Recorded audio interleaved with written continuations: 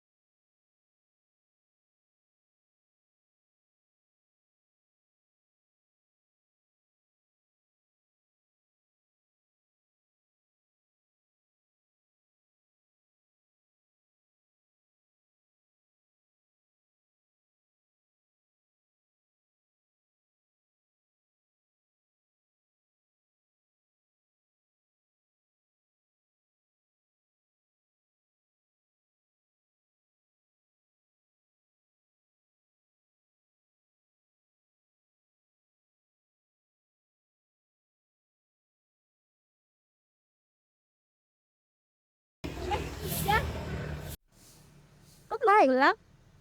Kok masih dididik? Ya, nggak apa sih. Males aja. Kenapa? Orang di rumah nggak ada. Halo guys, udah selesai. Kok baru pulang malam? Males. Males apa nih? Males pulang. Gitu, fathernya pijak males pulang karena nggak ada orang di rumah. Kalau aku nggak ada yang jemput, jadi belum pulang. Kok belum dijemput? Katanya tadi mamaku bilang katanya adekku lagi sakit jadi nggak bisa jemput. Terus kalau papaku katanya sih em, nggak mau jemput karena katanya kalau urusan rumah tangga sama urusan anak tuh mamaku yang harusnya tanggung jawab. Kamu yang males pulang karena gak ada orang di rumah atau kemana orang tuh? Iya, orang tua aku kerja dua-duanya, jadi sama-sama sibuk. Jadi kalau pulang kan cuma sendiri kan, jadi malas aja terus pulang cepat-cepat gitu. Kalian sama-sama pulang? Tuh, sama-sama pulang. Tuh ya kenapa? Ya biasa lah ya, ada perang dunia ke berapa lah gitu dong.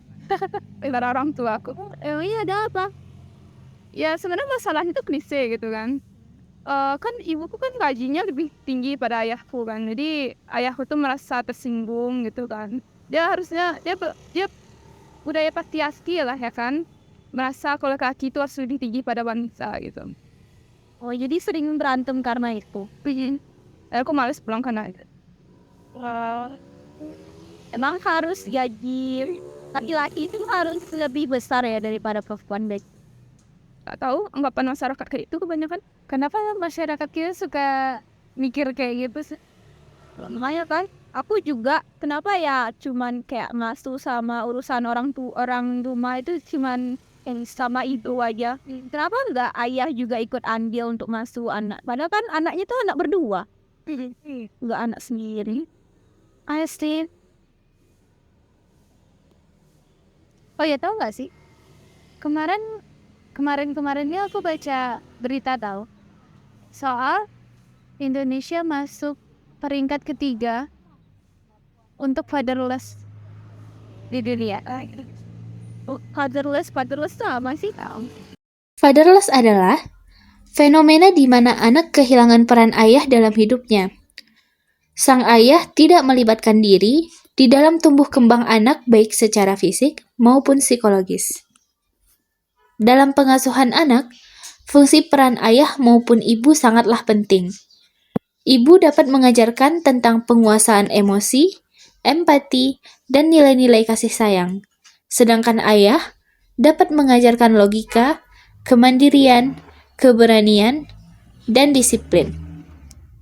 Perbedaan pola pengasuhan dibentuk karena perbedaan sisi maskulinitas dan feminitas. Maskulinitas dan feminitas ini dipengaruhi oleh norma-norma gender yang dipahami oleh masyarakat. Norma ini mencakup ekspektasi masyarakat mengenai bagaimana peran dan tanggung jawab laki-laki ataupun perempuan di lingkungan sosial, sehingga terciptalah peran gender. Peran gender terdiri atas 3 hal.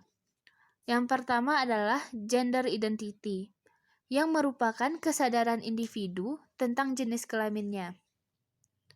Yang kedua adalah gender stereotype, yaitu persepsi yang berkaitan dengan jenis kelamin tertentu yang dianggap khas atau biasa dilakukan oleh anggota gender tersebut.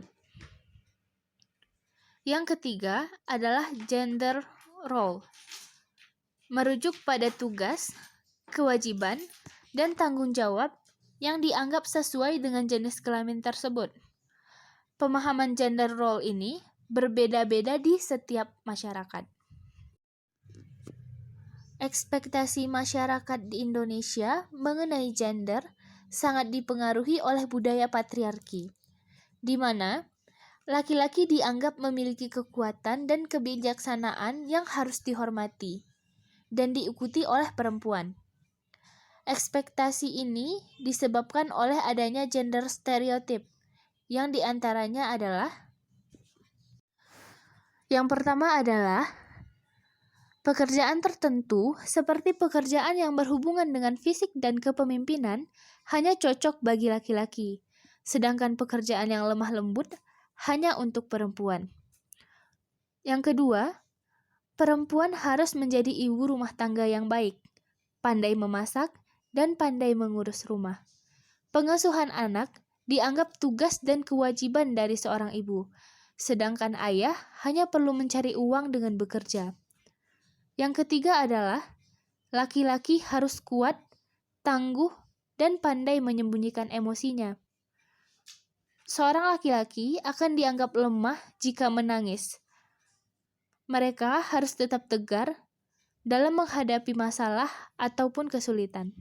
Semua hal yang disebutkan tadi menyebabkan diskriminasi gender, yang dimana adanya perlakuan tidak adil, pengecualian dalam pengambilan keputusan, dan perlakuan tidak pantas, juga kekerasan dalam rumah tangga. Penyimpangan peran gender di Indonesia terjadi akibat adanya budaya patriarki yang masih kuat, di mana peran laki-laki lebih diutamakan daripada perempuan. Beberapa contoh penyimpangan peran gender di Indonesia adalah: yang pertama, kekerasan dalam rumah tangga. Yang kedua, diskriminasi dalam pekerjaan. Yang ketiga, pendidikan yang tidak merata. Yang keempat, perselingkuhan. Dan yang terakhir adalah homoseksualitas. Semua bentuk penyimpangan peran gender di atas harus menjadi perhatian bersama untuk membangun kesetaraan dan keadilan dalam kehidupan sosial dan budaya di Indonesia.